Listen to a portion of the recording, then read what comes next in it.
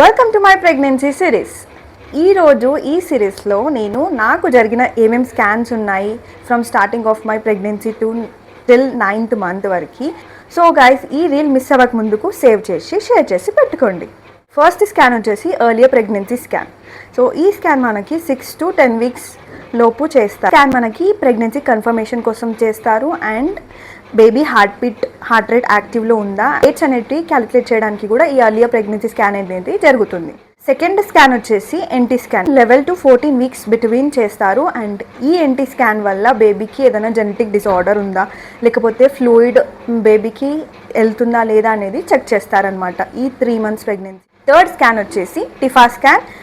ఈ TIFFA scan మనకి 18 to 22 weeks between చేస్తారు. బేబీ బాడీ పార్ట్స్ అనేటివి మనకి టిఫా స్కాన్లో తెలుస్తుంది. లైక్ బేబీ లెగ్స్ కానీ హ్యాండ్స్ కానీ అండ్ ఎవ్రీ ఆర్గాన్స్ డెవలప్ అవుతున్నాయా లేదా and this is the most important scan. Fourth scan వచ్చేసి గ్రోత్ స్కాన్.